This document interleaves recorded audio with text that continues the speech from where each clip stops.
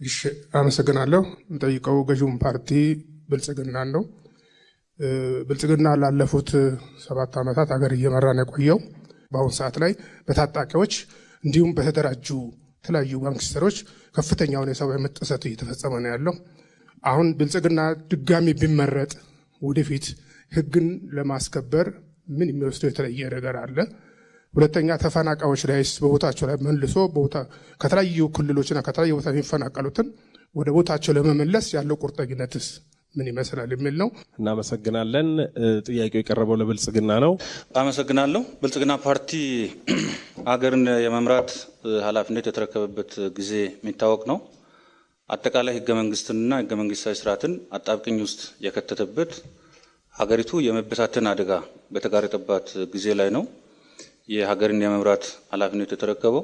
ስለዚህ ያደሩ ቁርሾች፣ በቀሎች ይሄ ጊዜ እየቆጠሩ የሚነሱት በእርግጥ በብልጽግና የተፈጠረ አይደለም። ይሄንን ሂደቶችን ግን ችግሮችን ለመፍታት በርካታ ሂደቶችን እንደሚታወቁት ተሄዷል። አንዱ የተቋማት ሪፎርም ነው።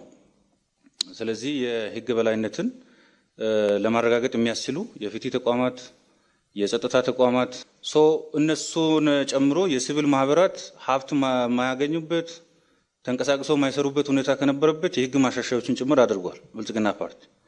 ከዛ ውጪ ተቋማት ሰብአዊ መብቶች ኮሚሽንን ጨምሮ ሌሎች የዲሞክራሲ ተቋማት ነፃና ገለልተኛ ሆነው እንዲደራጁ ተደርጓል። በዚህም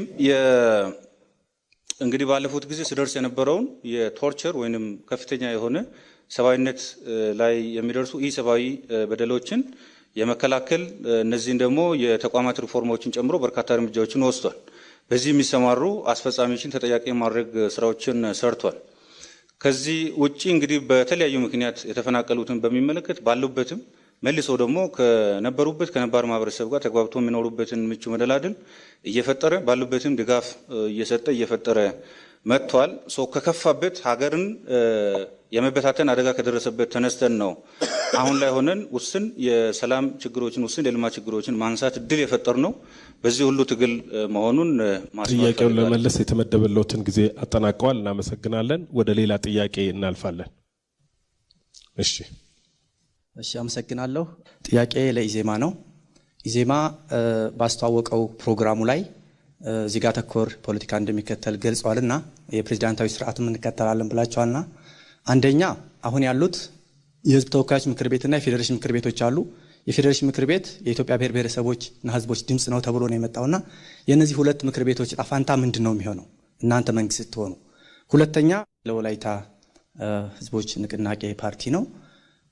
እናንተ ክርክራችሁን ስታቀርቡ አሁን ያለው ህገ መንግስት አሁን ያለው ሁሉ ነገር ምንም እንከን የለሽ እንደሆነ አቅርባችኋልና የመገንጠልንም ጥያቄ ጭምር እንደምትደግፉት ገልጻችኋልና በእናንተ ቋንቋ ኢትዮጵያ ከአንድ ሀገር 99 ሀገር እንድትሆን ነው የምትሰሩት ማለት ነው? ይሄስ ነው ወይ ለኢትዮጵያ ህዝብ የምታቀርቡት አጀንዳ? አመሰግናለሁ። እሺ ወደ ምላሹ እንሄዳለን። የኢትዮጵያ ዜጎች ለማህበራዊ ፍትህ ነው። እናመሰግናለን። ጠያቂው የጠየቁት እንደገባኝ ከሆነ በፕሬዚዳንሻል ሲስተም ስታደርጉ አሁን ያሉት ምክር ቤቶች ዕጣ ፈንታ ምንድነው የሚሆነው የሚል ነው። እሺ እንደዛ ከሆነ እንግዲህ ያው በፕሬዚዳንሻል ሲስተምም ቢሆን ሁልጊዜም ምክር ቤቶች ይኖራሉ። የትም ሀገር ላይ አሰራር ነው። እነኚህ ምክር ቤቶች ህግ የማውጣት ስልጣን አሁንም አላቸው። በቼክ ኤንድ ባላንስ የሚሰሩት ነው የሚሆነው። የፌዴሬሽን ምክር ቤት አሁን ባለው ይዘቱ የሚቀጥል ነው ብለን አናምንም። ምክንያቱም አሁን ያለው ከየብሔር ብሔረሰቡ ተወካይ መጥቶበት የፖለቲካ ውሳኔዎችን የሚወስን ነው። በእኛ ግን ህገ መንግስት ሲሻሻል በዚህ መልኩ ራሱ ምክር ቤቱ በዚህ መልኩ አይቀጥልም። የህግ መወሰኛ ምክር ቤት ይኖራል፣ ህግ የሚወጣ ህግ መምሪያ ምክር ቤት ይኖራል። በዛ መልኩ ሁለት ምክር ቤቶች ይኖራሉ። ፕሬዚዳንቱም በፕሬዚዳንሻል ሲስተም አሁን ባለው የትም ሀገር በሚሰራበት ሲስተም ይኖራል። አንዱ አንዱን ባላንስ የሚያደርግበት ቼክ ኤንድ ባላንስ ያለበት ሲስተም ነው የምናደርገው። ያንን የምናደርግበት ምክንያትም በነገራችን ላይ ቅድም ከተለያዩ ሰዎችም ጥያቄ ሲነሳ ነበረ። ዲክታተርሺፕ አይመጣም ወይ የአንድ ስልጣን ወደ አንድ ቦታ መጠቅለል አይመጣም ወይ ተብሏል። አሁን ባለው ስርዓት ፓርላሜንታሪ ሲስተም ስለተከተለ ወይም ፕሬዚዳንሻል ሲስተም ስለተከተለ ብቻ ዲሞክራሲያዊ ነው ማለትም አይቻልም። ሁላችሁም እንደምታውቁት አዶልፍ ሂትለር እና ሙሶሎኒ ፓርላሜንታሪ ሲስተም ያመጣቸው መሪዎች ናቸው። እነ ኢንዲራ ጋንዲ በፓርላሜንታሪ ሲስተም መጥተው ባልተለመደ ሁኔታ ህንድ ውስጥ ባልተለመደ ሁኔታ የዲክታተርሺፕ ለ2 ለ3 ዓመት የቆየ መብቶችን የመገደብ ነገር ታይቷል። ግዴታ ያንን ስለተቀየረ ያ ይመጣል ብለንም አናምንም። እኛ በዋናነት ቅድም ባልደረባዬ እንደተናገረው የአንድነት ስሜት እንዲፈጥር ስንል ሁሉም ኢትዮጵያ የሚመርጡ ሲስተም የሚመርጡ ሰው የአንድነት ስሜትን ያመጣል ብለን ያመጣ ነውና ምክር ቤቶቹ ይቀጥላሉ። የህግ ማውጣት የህግ መወሰን ስልጣናቸው ይኖራል። ፕሬዚዳንትም ይኖራል። በቼክ ኤንድ ባላንስ ሰዓት አጠናቀዋል። የወላይታ ህዝቦች ነጻነት ንቅናቄ መጀመር ይቻላል። እሺ አመሰግናለሁ። ምናልባት የተጠየቅነው ጥያቄ አሁን ያለው ህገ መንግስቱ ምንም አይነት ችግር የለበትም፣ በሱ ማስቀጠል እንፈልጋለን ብንመረጥ ብናሸንፍ የሚል ሐሳብ ቀርቧል የሚል ነው። ያንንም ምናልባት እኛ አሁን ያለው የህገ መንግስት ችግር ሆኖ የታየን የአፈጻጸም ክፍተቶች እንዳሉበት ያው በአቅም ማነስ ሲተረጎም የሚታዩ ክፍተቶች እንዳሉበት ነው እንጂ ኢትዮጵያ እንደ ኢትዮጵያ 99 ቦታ እንድትቆራረጥም እንድትበታተንም የኛ ዓላማም እቅዳችንም አይደለም። ዞሮ ዞሮ አንቀጽ 39 የሚሆነው የመጨረሻ አማራጭ ነው። የመጨረሻ አማራጭ ነው። ሰው ማንም ኢትዮጵያዊ የሆነ ወይም ህብረ ብሔራዊነት አንድነቱን ያስጠበቀ ማንነት ያለው ብዙ የተለያዩ ጥያቄዎች ሊኖሩት ይችላሉ። ቅድም እንደተገለጸው በጥያቄው መሰረት ምላሽ ያገኘ እየተፈታለት የሚሄድ ከሆነ አንቀጽ 39ን የመጠቀም ግዴታ የለበትም። አማራጭ ሲታጣ የመጨረሻ ደረጃ ሲደረስ የሚካሄድበት አማራጭ ሊሆን ይችላል የሚል ሐሳብ እንጂ ኢትዮጵያን የመከፋፈል የመገነጣጠል ሐሳብ የለንም የሚል ሐሳብ ምላሽ ነው ያለኝ። ጥያቄ ለኢዜማ ነው። እሱ ምንድነው ህገ መንግስቱን ማሻሻል ዙሪያ ላይ ህገ መንግስቱን የሚያሻሽሉት ከህገ መንግስቱ ውጪ በሆነ መንገድ ነው ፕሮግራማቸውን ሲያስታውቁ። ይሄንን ህገ መንግስት ለማሻሻል ከህገ መንግስቱ ውጪ ከሆነ ህገ መንግስታዊ አይሆንም ወይ? ህገ መንግስታዊ መሰረታችሁስ ምንድነው? ከህገ መንግስቱ ውጪ በሆነ መንገድ ህገ መንግስቱን ሊያሻሽል የሚያስችላችሁ ነገር ለማለት ነው። አመሰግናለሁ። እሺ በጣም ጥሩ ጥያቄ ነው። ጥሩ ኮንሰርን ነው። የፓርቲያችን መሪ ቅድም ሲያቀርቡ እንደነበረው ህገ መንግስት በህዝቦች ለህዝብ የተፈጠረ እንጂ ህዝብ ለህገ መንግስት ተብሎ የተፈጠረ አይደለም። ህገ መንግስቱ አንቀጽ 104 እና አንቀጽ 105 በአጋጣሚ ወይም ዴሊብሬትሊ ታስቡበት ከዚህ ቀደም የነበረው ስርዓት በጣም ሪጅድ እንዲሆን ማስተካከል ከባድ እንዲሆን አድርጎ ነው ያደረገው። ስለዚህ ያን ተቀበለ ለዘላለም እንኖራለን ማለት ነው እንዴ? አይደለም። ቅድም ስንጠቅስ እንደነበረው ኢትዮጵያ ውስጥ ያሉ ችግሮች ሁሉ መንስኤ ይሄ ህገ መንግስት ነው። አንዳንድ ሀገራት እንደዚህ አይነት ዴድሎክ ሲያጋጥማቸው በሪፈረንደም ያደርጉታል። ለኢትዮጵያ ህዝብ ውይይቱን እናቀርብና የተከበርከው ኢትዮጵያ ህዝብ ወይ ከዚህ ቀደም የነበረው ስርዓት ህገ መንግስት ለማሻሻል እንዳንችል አድርጎ ቆልፎብን ስለሄደ በዚህ አንቀጽ ላይ ሪፈረንደም እንድታደርግ እንጠይቃለን ብለን እንጠይቀዋለን። ህገ መንግስት ማሻሻያውን አንድ ጊዜ በዚህ መልኩ ካልተሻገረው በስተቀር መቼም ህገ መንግስት እናሻሽል አንችልም። ቅድም የተከበሩ አወያይም ሲያነሱት ነበር። አንዳንድ አንቀጾች መሻሻል ይሄን አንቀጽ ጨምሮ ህገ መንግስቱ የሚሻሻልበት አንቀጽ ጨምሮ በጣም ሪጅድ ነው። በዓለም ላይ ከባድ ከሚባሉት ውስጥ ነው። ሁሉም ክልሎች ውስጥ ተቀባይነት ማግኘት አለበት። አንዳንዶቹ ደግሞ 2/3 ክልሎች ውስጥ ማጆሪቲ ቮት ማግኘት አለበት። ስለዚህ ከዚህ ቀደም የነበረው ስርዓት ስለቆለፈው ዘላለም እየተፈናቀልን አንኖርም፣ ዘላለም እየሞትን እያለቀስን አንኖርም። ብልጽግና ቅድም ሲያነሱ ሰምታችኋል። አሁንም ቢሆን ህገ መንግስቱ ለማሻል ምንም አይነት ቁርጠኛ አቋም የላቸውም። እኛ ግን የችግሩ መንስኤ ደርሰንበታል። አሁን ያለው ህገ መንግስት ነው። ይሄን ለማሻሻል ቅድም ህገ መንግስታዊ ሲባል በኃይል በመናን አይደለም። ወንድሜ ሲያቀርበው ምናልባት በቤታችሁ ሆናችሁ የምትከታተሉ ሰዎች በዛ ሴንስ አንደርስታንድ እንዳታደርጉት እንፈራለን።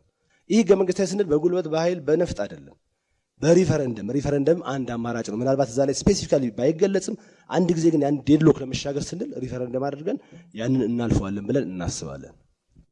ጥያቄውን ለመመለስ የተመደበላችሁ ጊዜ ተጠናቋል። ወደ ሌላ ጠያቂ እናልፋለን። ሌላ እሺ፣ አመሰግናለሁ። አንድ ጥያቄ ለኢዜማ ምናልባት የክልል አወቃቀርን በተመለከተ በሌላ ክልል የሚኖሩ ሌሎች ብሔር ብሔረሰቦችና ህዝቦችን በተመለከተ ከሚደርሱ ሁለት ነገሮች ይነሳሉ። አንዱ ስያሜያቸው የሚሰጣቸው ስያሜ የሚል አንስታችኋል። ሁለተኛ ደግሞ ምናልባት የመብቶች ጥሰት ሊሆን ይችላል። የእናንተ ጥያቄ ስያሜውን መቀየር ነው ወይስ ለአጠቃላይ ለህገ መንግስታዊ ስርዓቱ መቀየር ምክንያት ይሆናል ብላችሁ ነው የምታምኑት? ምክንያቱም የኢትዮጵያ ብሔር ብሔረሰቦች አትሊስት በሌላ ክልል የሚኖሩት ሁለት መብቶች አለው ብሎ ሊትሬቸሮች ያስቀምጣሉ። የመጀመሪያው የግሩፕ መብትን በተመለከተ አንድ አካባቢ የሚኖሩ ብሔር ብሔረሰቦች በወረዳ በቀበሌና በዞን ራሳቸውን በራሳቸው ማስተዳደር በሌላ ክልል ውስጥ የማስተዳደር መብት አላቸው። ፕራክቲካሊም ብዙ የኢትዮጵያ ክልሎች ውስጥ ይሄ መብት በሌላ ክልል ለሚኖሩ የኢትዮጵያ ብሔር ብሔረሰቦችና ህዝቦች ተከብሮ ይሄ መብት ኤክሰርሳይዝ እያደረጉ ነው።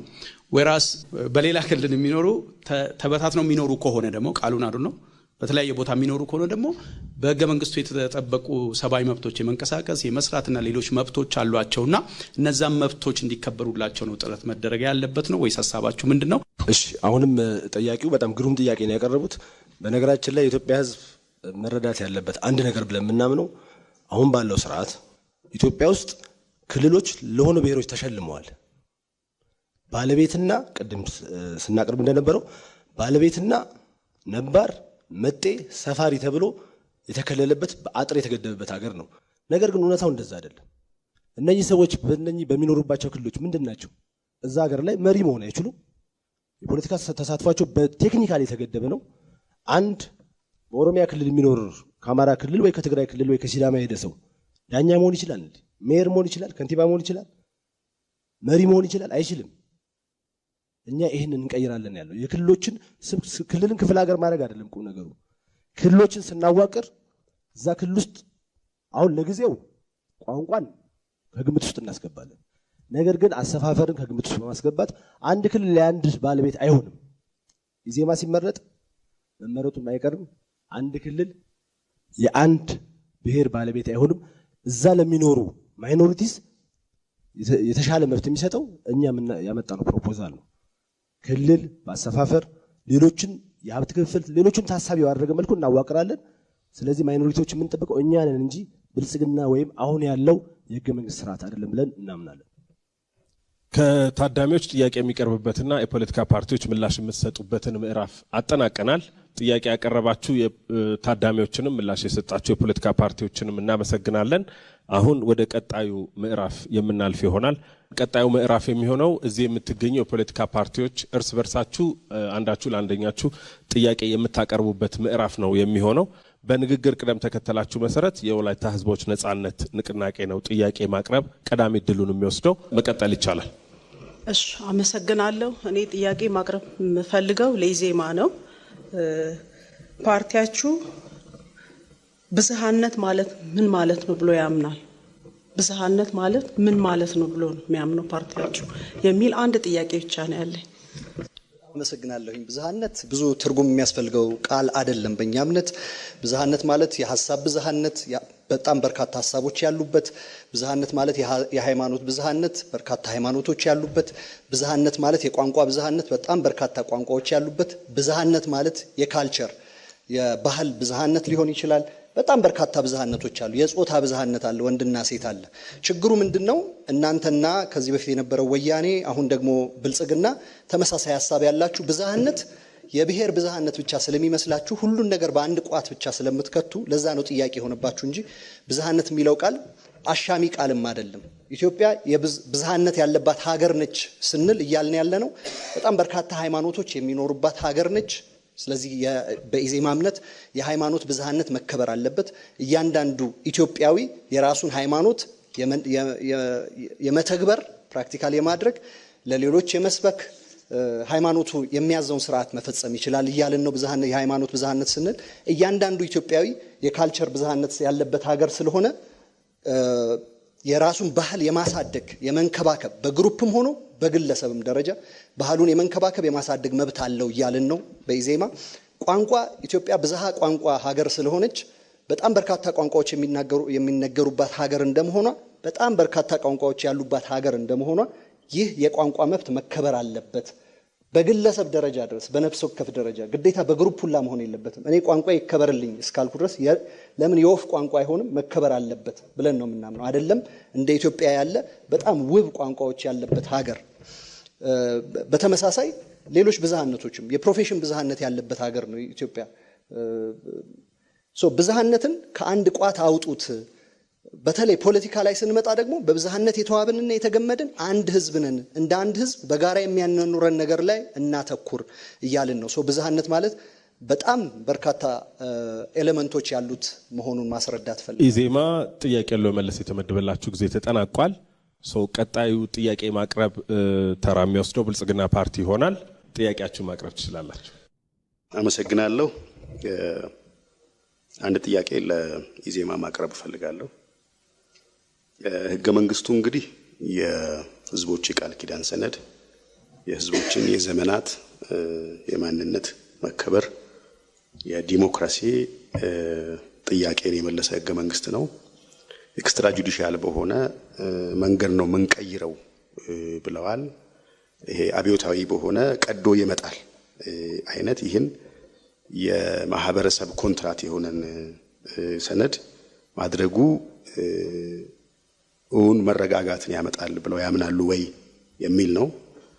ህገ መንግስታችን 1/3 ስለ ግለሰብ ሰብአዊና ዲሞክራሲያዊ መብት በሚያወራበት ኢቭን ይህንን ምርጫ ስናካሄድ ዜጎች በግላቸው በድምጻቸው መንግስትን የመመስረት ኤክሰርሳይዝ ሆኖ ሳለ ዜጎች ምንም መብት እንደሌላቸው የህዝቦችን የማንነት መብት ሳያከብር ፌደራሊዝሙን አፍርሶ እንዴት አይነት ስርዓት ነው የሚገነባው ለሚለው መልስ ፈልጋለሁ። አመሰግናለሁ። እናመሰግናለን። የኢትዮጵያ ዜጎች ለማህበራዊ ፍትህ ነው ጥያቄው የቀረበላችሁ። መቀጠል ይቻላል። በመጀመሪያ አድሬስ ማድረግ የምፈልገው ጥያቄዎች ላይ የተነሱ የቃላት አጠቃቀሞች እኛ ያላልናቸውን አንድ ጥግ ኢዜማን ለመወሸቅ የሚደረግ ጥረት የሚያዋጣ አይመስለኝም፣ ትክክልም አይመስለኝም። መጀመሪያ ሲጠይቁ ቀዶ መጣል ህገ መንግስት የሚል አንስተዋል።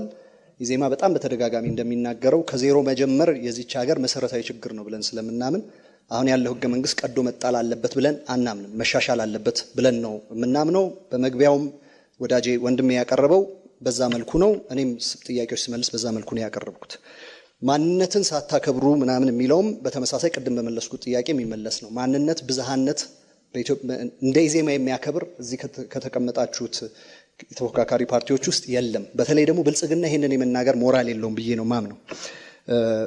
ማንነትን አክብረናል በሚል በብሔር ባዋቀራችሁት ፖለቲካ ውስጥ ማንነትን ደፍጥጣችኋል፣ ኢትዮጵያዊነትን ደፍጥጣችኋል። እንደኔ ያለው ብሔር የሌለው ኢትዮጵያዊ በእናንተ ህገ መንግስት አሁን በጣም እንደ ቅዱስ መጽሐፍ በምታቀርቡት ህገ መንግስት እውቅና የለውም። ከአንድ ማንነት ብቻ ሳይሆን ወይም ከአንድ ብሔር ብቻ ሳይሆን ከበርካታ ብሔሮች የተወለደ ኢትዮጵያዊ በእናንተ ህገ መንግስት እውቅና የለውም። የግድ የአባትህን ብሔር ምረጥ ተብሎ የእናቱን ብሔር እንዲክድ ነው የምታደርጉት። በኢዜማ ኢትዮጵያ እሱ ይቀየራል። ኢዜማ ስልጣን ሲይዝ እሱን እንቀይራለን። ኢትዮጵያዊነትን እናከብራለን። የአንድን ሰው የቋንቋ ማንነት የካልቸር ማንነት እናከብራለን የሚል ነው መልሱ። አግላይነትን በተመለከተ ወንድሜ አንዱዓለም በጣም በትክክል አስቀምጦታል። ግን ሌላው ምንድነው ማለት ነው? ባይተዋር መጤ ነው ማለት ነው። እናንተ በደነገጋችሁት የትግራይ ክልል ላይ አንቀጽ 8 ላይ ኮንስቲቱሽናል ፓትሪዮቲዝምን በካደ መልኩ የትግራይ ባለቤት የትግራይ ህዝብ ነው የሚል በግልጽ ተቀምጧል። ሌሎች ኢትዮጵያውያንን አካባቢ ለማልማት ለምን እንነሳሳለን? በሌሎች ሀገሮች ያልተሞከረ ነገር አይደለም ይሄ ነገር። አግላይነት በብዙ ሀገሮች ተሞክሯል። ሀገሮቹን አፍርሷል። ሀገሮቹን ዲሴሜት ምንድነው እንዲገነጣጠሉ አድርጓል። ይህንን ማረም ያስፈልጋል ነው እያልን ያለ ነው። እናንተ አይነኬ የምትሉት ህገ መንግስት እንደምትሉት ቅዱስ አይደለም። አየነው።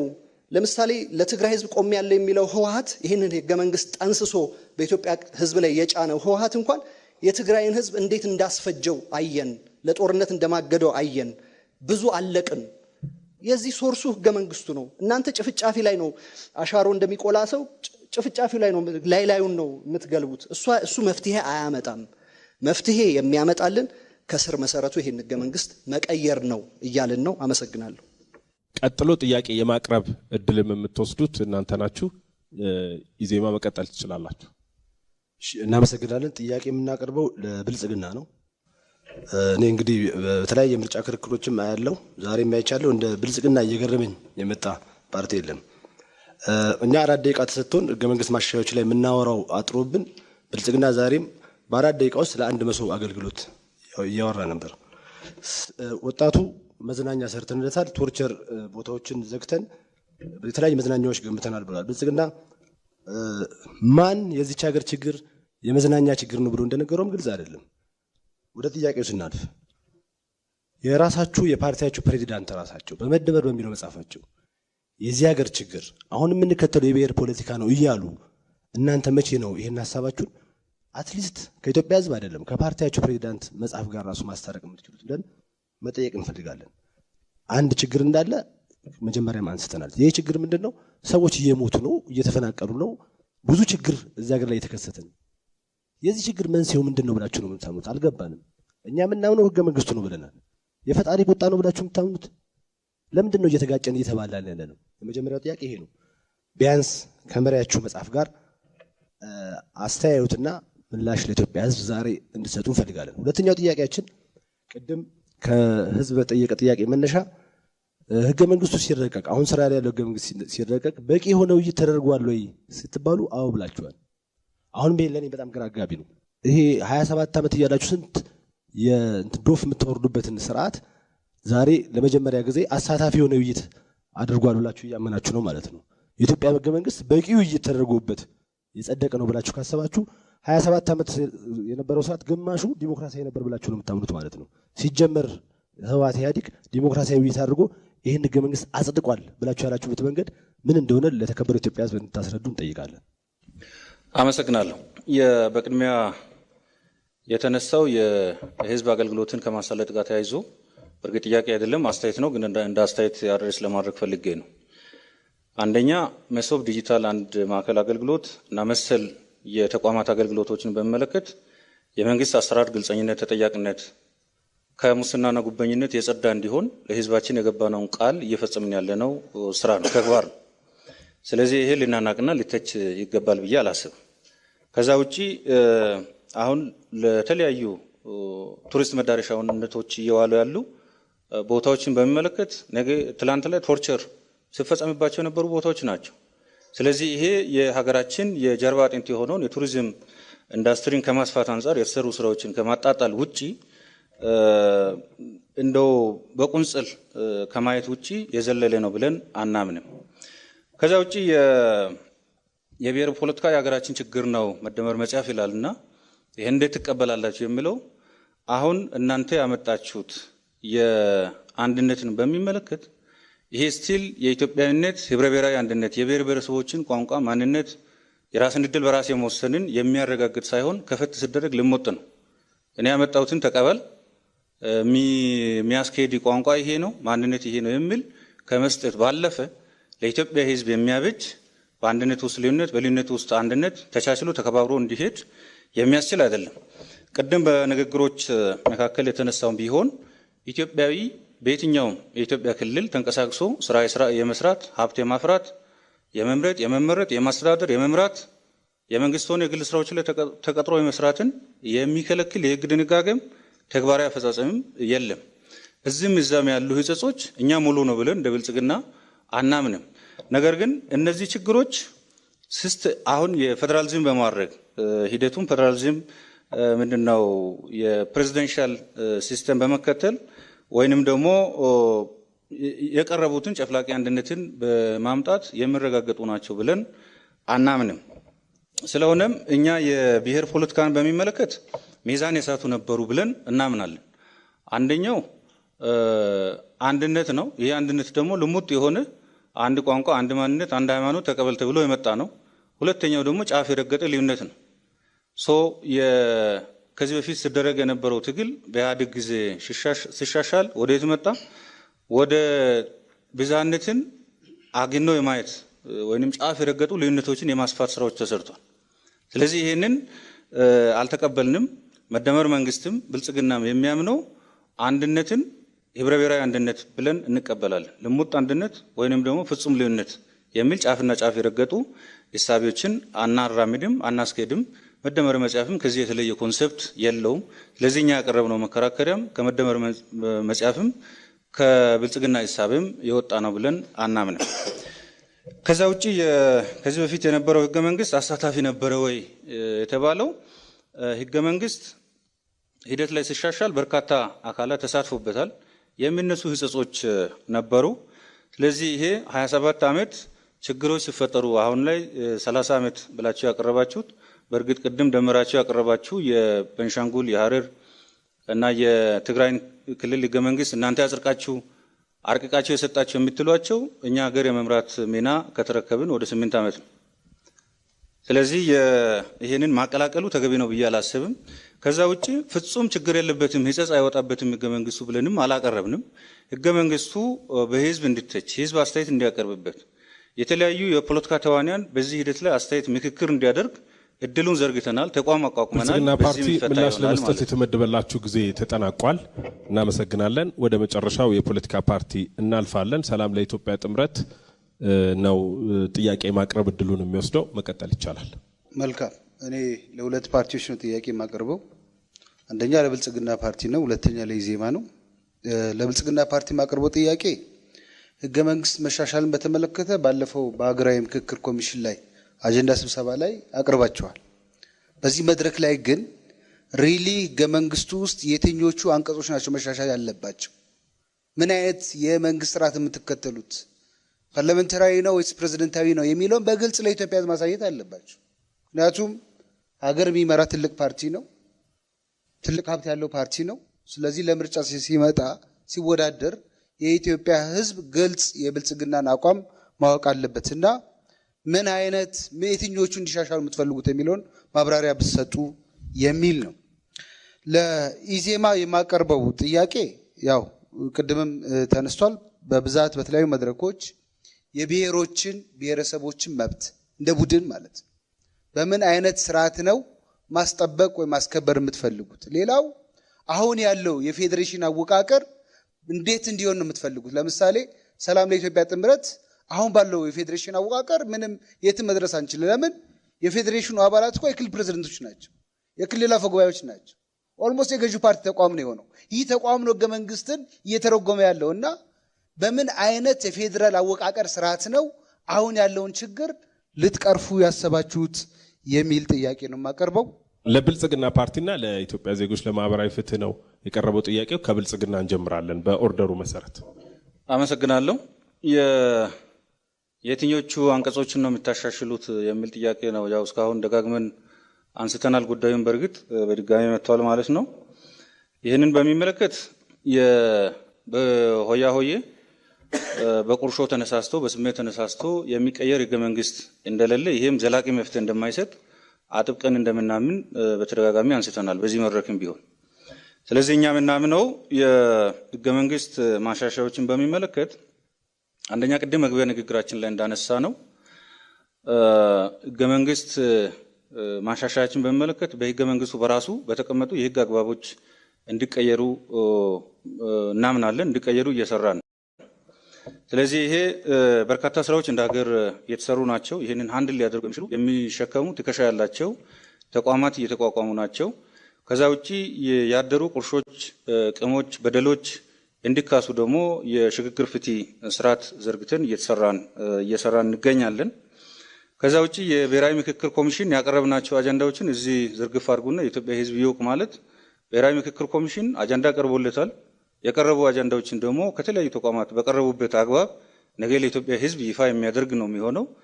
ዱፕሊኬሽን ካልሆነ በስተቀር በህገ መንግስት እነዚህ አንቀጾች ይቀየራሉ፣ አይ ለምን ይቀየራሉ የሚል ክርክር እዚህ ለማንሳት አይደለም። ጊዜም የተሰጠን ጊዜም ለዚህ የሚጋብዝ አይደለም።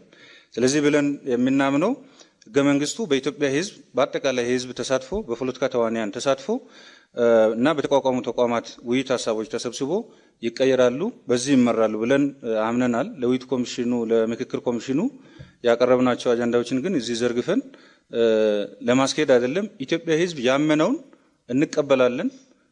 የተቀበልናቸውን ደግሞ እድል የሚሰጠን ከሆነ ለመምራት በጥፍራችን ቆመን ለመምራት ዝግጁ መሆናችን እናረጋግጣለን። አመሰግናለሁ። እሺ፣ ብልጽግና ፓርቲ ጊዜውን አጠናቋል። የኢትዮጵያ ዜጎች ለማህበራዊ ፍትህ መቀጠል ትችላላችሁ።